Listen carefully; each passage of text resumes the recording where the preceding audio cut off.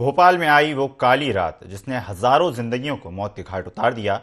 जी हां, हम बात कर रहे हैं 2 और 3 दिसंबर की, उसी रात की जब यूनियन कार्बाइड फैक्ट्री से निकली गैस ने भोपाल की हवा में जहर घोल दिया।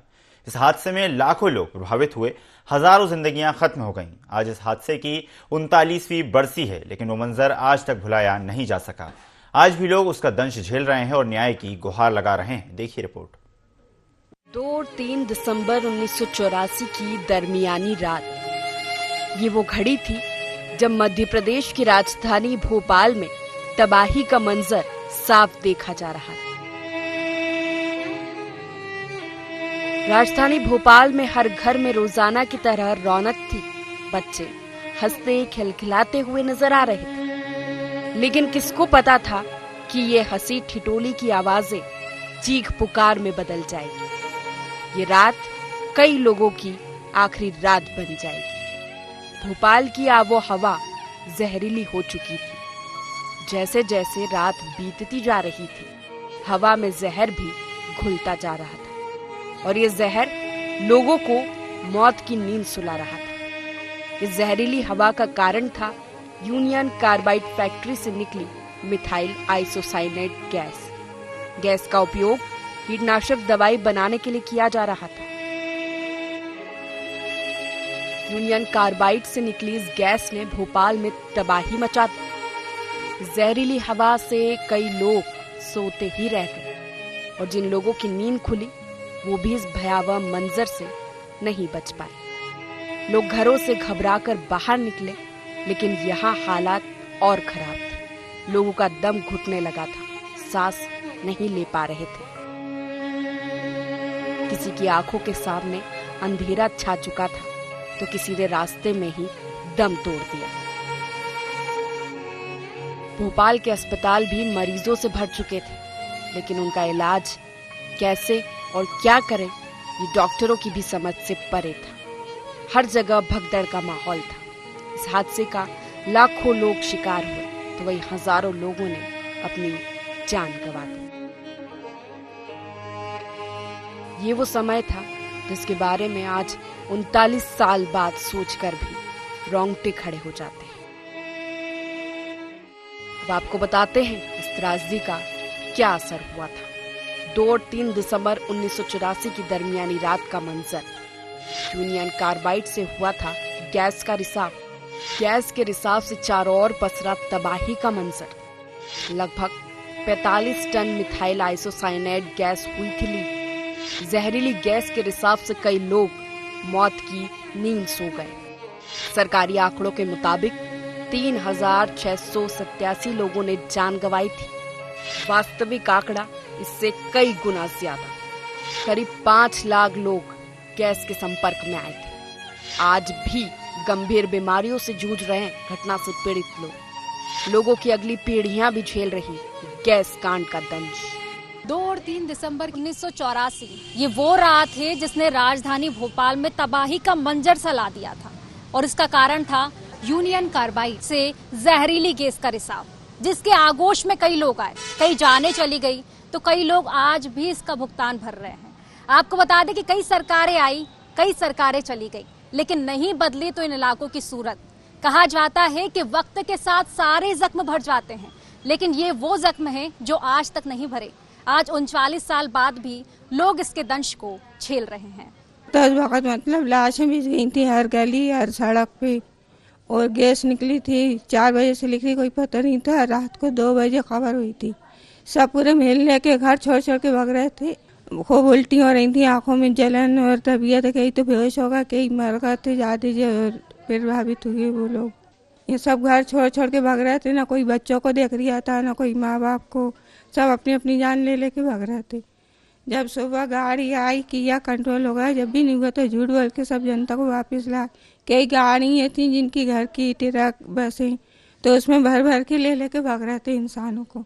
कई इंदौर साइड निकल गए जिसका दिल चाह रहा था। बहुत कुछ तकलीफ है, सांस फूलती है, काम काज नहीं बनता, परेशानी है खाने पीने की, दवा इलाज सही से नहीं मिल रहा, कोई फायदा नहीं होता दवा इलाज में।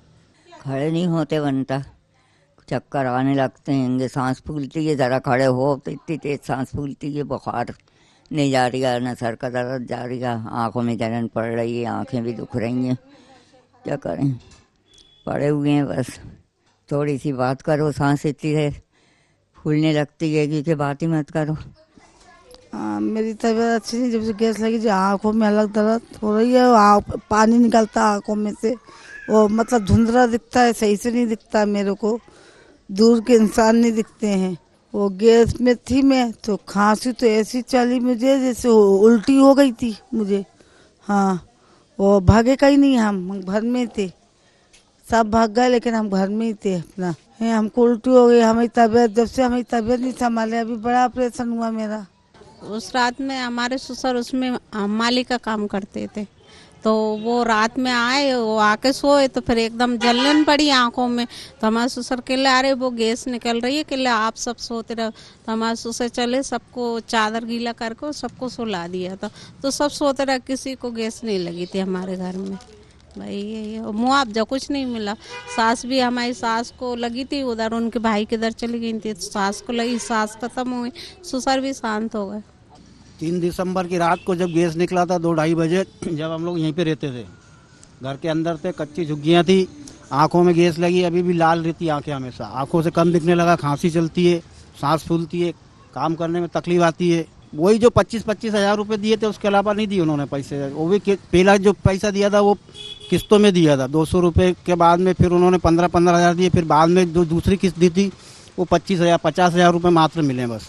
बच्चे ने लेके सो रहे थे तो एकदम से एक मियाँ भाई आया, उसने बोला कि उठो उठो भागो, गैस निकल रही, गैस लीक हो गई, गैस लीक हो गई। टीट के भागे लोग, कुछ इधर भागे कुछ इधर भागे, और एक लड़की तो हमारी यहीं फर्शी पे पड़ी रही गोदड़ी ओढ़ के। जब हम सुबह के टाइम पे गए काम पे, वो चिमनी में थे 8 बजे, उसमें से वो आग हिट रहा था, धुआं हिट रहा था। और फिर हम शाम को लौट के आए, जब भी उसमें से हिट रहा था, तो आए तो हमने खाना माना खा के और सोए, तो 3 बजे और रात को वो तो सब रही भाग गए, सब मोहल्ला खाई, और कोई ओकरा कोई डकरा, ये नाले में सब के सब पड़े।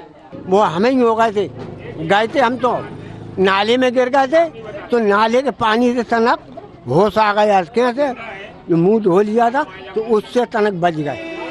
इस खतरनाक मंजर को आज भी लोग भुला नहीं पाए। 2 और 3 दिसंबर की दरमियानी रात 1984 को यूनियन कार्बाइड फैक्ट्री से मिथाइल आइसोसाइनेट गैस का रिसाव हुआ। इसका कारण था फैक्ट्री के टैंक नंबर 610 में मिथाइल आइसोसाइनेट गैस का पानी से मिल जाना। गैस के पानी से मिलने पर टैंक में दबाव बना और वो खुल गया, और फिर इससे निकली वो गैस जिसने हजारों घरों की खुशियां छीन ली। बताया जाता है कि उस रात यूनियन कार्बाइड फैक्ट्री का अलार्म भी घंटों तक बन रहा था। अलार्म ना बजने के कारण लोग समझ ही नहीं पा रहे थे कि आखिर हुआ क्या है। बस हर तरफ भगदड़ और सड़कों पर लाशें बिछी हुई थी। भोपाल गैस त्रासदी की गिनती सबसे खतरनाक औद्योगिक दुर्घटना में होती है। पर एक सवाल आज भी गूंजता है कि जिस घटना ने लाखों जिंदगियां प्रभावित कर दी, आखिर उस घटना के मुख्य आरोपी को सजा क्यों नहीं दी गई? दरअसल इस घटना का मुख्य आरोपी था वॉरेन एंडरसन, जो कि इस कंपनी का सीईओ था। 2 और 3 दिसंबर की त्रासदी के बाद 6 दिसंबर को वॉरेन एंडरसन को गिरफ्तार तो कर लिया गया, लेकिन इसके अगले ही दिन उन्हें सरकारी विमान से दिल्ली भेजा गया और वहां से वो अमेरिका चले गए। इसके बाद एंडरसन कभी भारत लौटकर नहीं आया और कोर्ट ने उन्हें फरार घोषित कर दिया।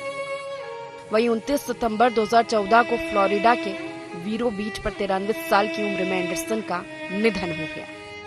तो फिलहाल हम मौजूद है यूनियन कार्बाइड फैक्ट्री के आगे। जी हाँ, ये वही फैक्ट्री है जिसमें जहरीली गैस मिथाइल आइसोसाइनेट गैस का रिसाव हुआ था, और इस रिसाव ने कई लोगों की जान ले ली थी। कारण बताया जाता है कि इस फैक्ट्री के टैंक नंबर 610 में जहरीली गैस का पानी से मिल जाना, जिसके चलते टैंकर में दबाव बना और टैंक खुल गया, और इसी के चलते जहरीली गैस का रिसाव हुआ।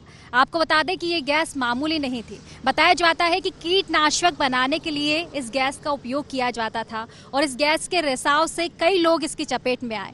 लाखों जिंदगियां तबाह हो गई, हजारों लोग मौत की नींद सो गए, लेकिन जो लोग बचे वो भी क्या ठीक है। कहा जाता है कि जो लोग अभी भी बचे हैं वही नहीं, उनकी अगली पीढ़ी भी इस दंश को झेल रही है। किसी की आंखों में ज्वलन है, किसी को सांस लेने में तकलीफ है, तो कई फेफड़ों की गंभीर बीमारियों से भी जूझ रहे हैं।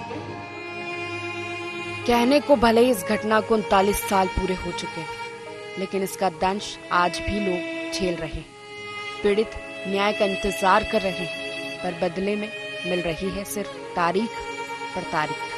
मुआवजे की मांग का मामला सुप्रीम कोर्ट में चल रहा है। दरअसल यूनियन कार्बाइड कॉरपोरेशन ने गैस पीड़ितों को $470 मिलियन का मुआवजा दिया था। साल 2010 में तत्कालीन केंद्र सरकार ने मुआवजा राशि बढ़ाकर 7,400 करोड़ रुपए करने के लिए सुप्रीम कोर्ट में सुधारात्मक याचिका दाखिल की थी, जिसकी सुनवाई की तारीख लगातार बढ़ती जा रही है। तो वहीं दूसरी ओर इस घटना के आरोपियों को भी बख्श दिया गया। वॉरेन एंडरसन जो देश से ही भाग गया, लेकिन उसे सजा नहीं दी गई। इसको लेकर सीबीआई और Bhopal group of information and action के साथ गैस पीड़ित संगठन की ओर से आवेदन दिया गया था। इसमें कहा गया था कि यूनियन कार्बाइड यूएस को द डाउ केमिकल कंपनी ने खरीद लिया है। अब उसका नया नाम द डाउ केमिकल कंपनी हो गया है। ऐसे में इस केस में उसे भी आरोपी बनाया जाए। इस याचिका पर हाल ही में 25 नवंबर 2023 को सुनवाई हुई, लेकिन मुआवजे की मांग की तरह ही जैसे इस मुद्दे पर भी कोर्ट ने सुनवाई की तारीख को बढ़ा दिया, जिसकी अगली सुनवाई अब 6 जनवरी 2024 को होगी। विश्व के सबसे बड़ी औद्योगिक त्रासदी के 39 साल बाद भी लोगों को ना तो इंसाफ मिल पाया है और ना तो इज्जत की जिंदगी। और दूसरी तरफ जो पीड़ितों की बदहाली के लिए जिम्मेदार कंपनियां हैं वो हमारे देश में फल फूल रही हैं और बेतहा मुनाफा कमा रही हैं।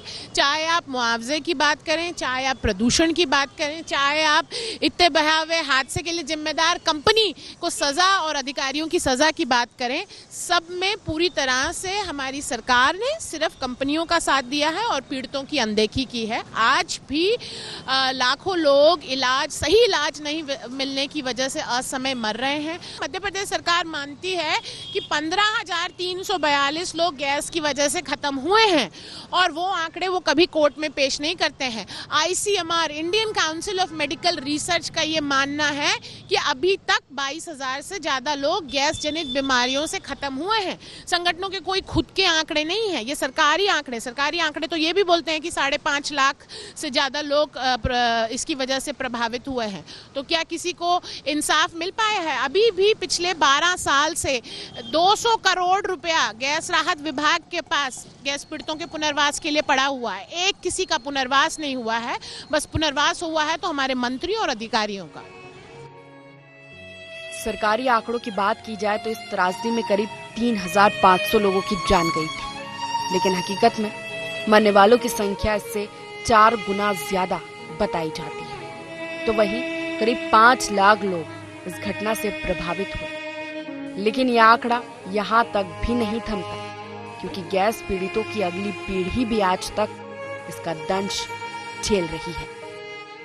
39 साल बीत जाने के बाद भी आज गैस पीड़ित न्याय की गुहार लगा रहे हैं और सरकार सिर्फ आश्वासन दे रही है। एक ओर अपनों को खोने का दर्द और दूसरी ओर न्याय की आस, दोनों के बीच लोग फंसे हुए हैं और 3 दिसंबर को ही सिर्फ उनकी मदद की बात होती है।